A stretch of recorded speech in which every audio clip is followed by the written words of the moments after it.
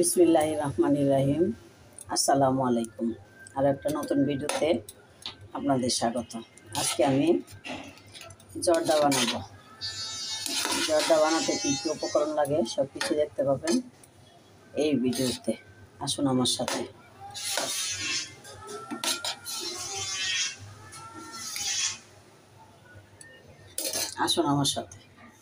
আজকে আমি পাকাবো শাহি জর্দা, স্পেশাল শাহি জর্দা। জর্দা পাকানোর জন্য আমি এখানে 250 ml কাপে 1 কাপ চাউল 10 মিনিট ভিজিয়ে ধুয়ে পরিষ্কার করে নিয়েছি। আর 250 ml কাপে 6 কাপ পানি দিয়ে দিয়েছি। পানিটা ফুটে এসেছে। এবার এটার মধ্যে দিয়ে দেবো আমি জর্দার রং। আমি এখানে অরেঞ্জ কালার, ফ্রুট কালার দিয়ে দিয়েছি। এবার আমি চাউলটা দিয়ে দিচ্ছি।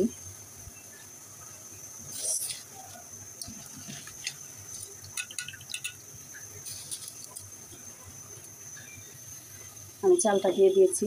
চালটাকে 80% সিদ্ধ করে নেব। 80% সিদ্ধ করতে 6 থেকে 7 মিনিট সময় লাগবে। এইটুকু সময় আপনারা দেখতে থাকুন। আসুন, বাচ্চা দেখুন 80% হয়ে এসেছে।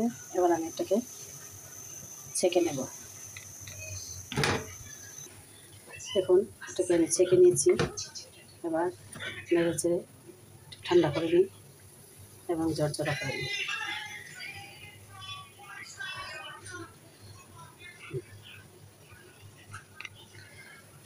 বাচ্চা ঠান্ডা হয়ে আসুক।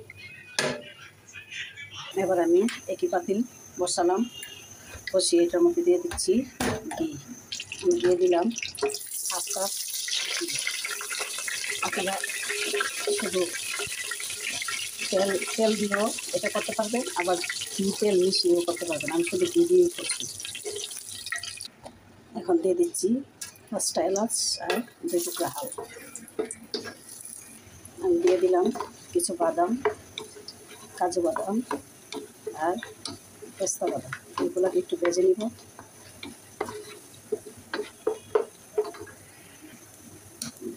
বাদামগুলো ভাজা হয়ে গেছে। এবার দিয়ে দিচ্ছি চিনি। আমি 250 ml কাপের জন্য 1 কাপ চিনি নিয়েছি।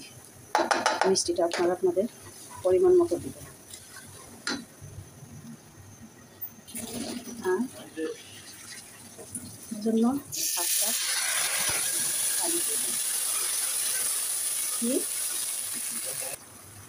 দেখুন, পানি চিনি মিশে গিয়ে একটা শিরা হয়ে যাচ্ছে।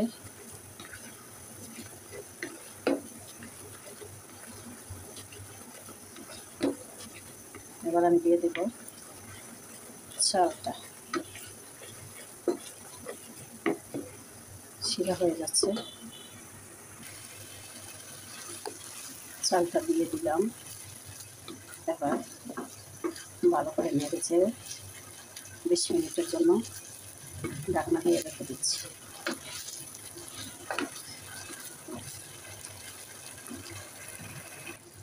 চুলার আঁচটা লো মিডিয়াম হিটে রেখে আমি 20 মিনিটের জন্য ডেক দিয়ে ঢেকে রেখে দিচ্ছি।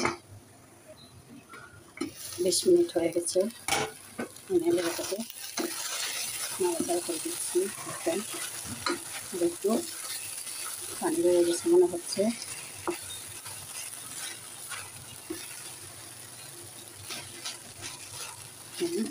আর একটু সময় লাগবে।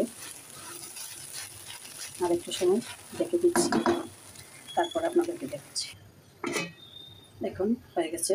আমি আপনাদেরকে সার্ভ করে দেখাচ্ছি আমার এই জর্দাটা কেমন হয়েছে।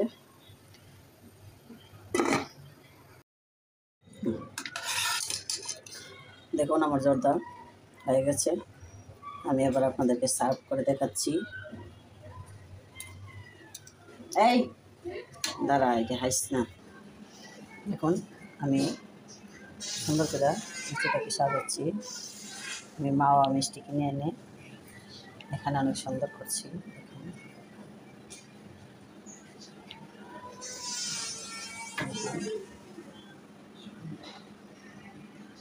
আমার এই জর্দা মিষ্টিটা কেমন হয়েছে আপনারা কমেন্ট করে জানাবেন।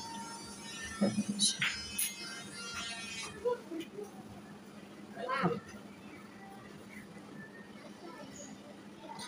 এই মিষ্টিটা কেমন হয়েছে কমেন্ট করে জানাবেন। আবার গরম গরম সার্ভ করছি।